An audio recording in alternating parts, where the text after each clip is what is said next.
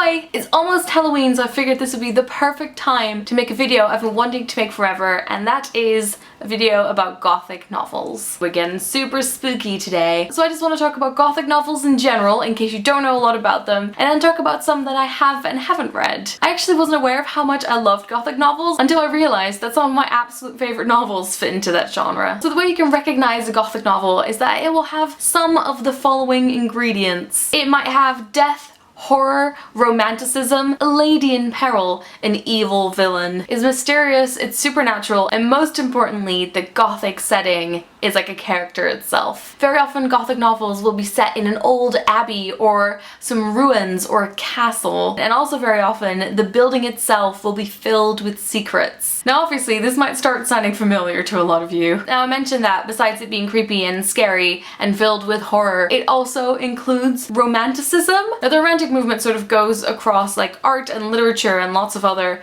bits of culture. It's something that I always really enjoyed and took a couple of courses on. One of the things that's involved in romanticism is something that's called the sublime. So imagine if you have like a painting or a setting where you have high mountains and dark clouds accumulating and maybe some lightning and sort of being in awe at the power of nature. There's also sort of romanticized ideal of going away from where the people are and big cities and fleeing into nature. When it comes to Gothic novels, there are often sort of like omens or visions in them. And actually while I was reading up on Gothic novels, there was one thing that wasn't discussed very often, but it's definitely something that I found out while reading some of these for the first time or rereading them, and that is the way that they are narrated, but I'll get back to that soon. So I'm going to start off with a few that might sound familiar that I actually haven't read. So obviously there is Dracula, set in Transylvania, which I'd be very surprised if you hadn't heard of it before. Then there is The Picture of Dorian Gray by Oscar Wilde. And then of course there's also Northanger Abbey by Jane Austen, which is more like a parody of the Gothic novel. This is one I really want to read. I didn't have time to read it before this video, but it's definitely high up on the list. There's one that I wanted to read specifically for this video, and it is Dr. Jekyll and Mr. Hyde by Robert Louis Stevenson. Love this Penguin English Library edition, obviously with all the like vials and potions. I feel like a lot of people know the story of Dr. Jekyll and Mr. Hyde and such a split personalities and this potion that turns him into a different creature. And you might expect it to start off with Dr. Jekyll narrating, or maybe even Mr. Hyde. No, it is Mr. Utterson, who is a lawyer who lives in London, has a fairly uneventful life.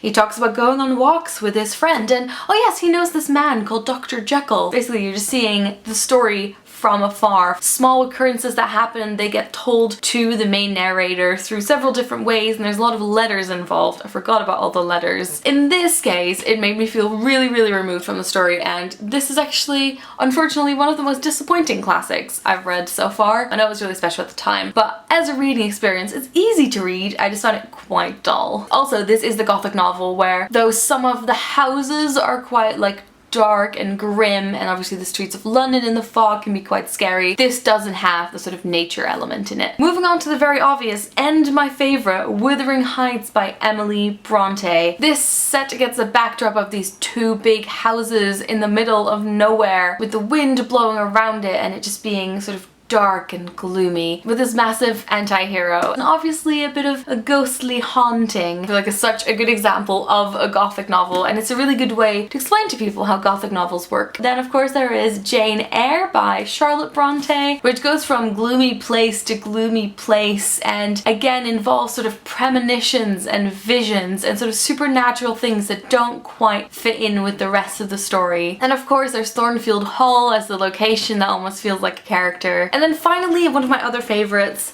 Frankenstein by Mary Shelley. Oh, if ever there was a Gothic novel. We've got the mountains of Switzerland, we've got a sort of creature resurrected from the dead, there's murder, there's like an ominous feeling throughout the entire book. And then of course there's the whole discussion about evil and who's actually the hero of the story. The camera has definitely moved, it's because I'm backtracking because I forgot to talk about something, which is the narration style in the rest of these books. So I talked about Jekyll and Hyde and about how I wasn't into it. Wuthering Heights actually has a very complicated narration style. It's a man who is staying at one of the houses, and then the maid, who was sort of part of the whole story, starts telling him the story. But meanwhile, sort of older generation and the rest of the story is sort of happening around him but also being told to him. Frankenstein is my favorite example because that is a story in a story in a story in a story. It starts off with a letter and then you just keep going deeper and deeper and deeper into the story. You get to see the perspective of the monster, then it slowly starts going out again, so that's when you hit the middle of the novel, so it's like a little staircase going down, down, down and going back, back, back up. And so that's sort of story in story and indirect storytelling is actually something that I haven't been able to find a lot of information about. I'm sure I was taught this at university at some point, but it's something that I always forget and that always comes back to me. By the way, before I forget, did you know that most of these stories can actually be downloaded for free as ebooks? I didn't want to ruin my nice version of Dr. Jekyll and Mr. Hyde, so I downloaded the ebook for free from Project Gutenberg and just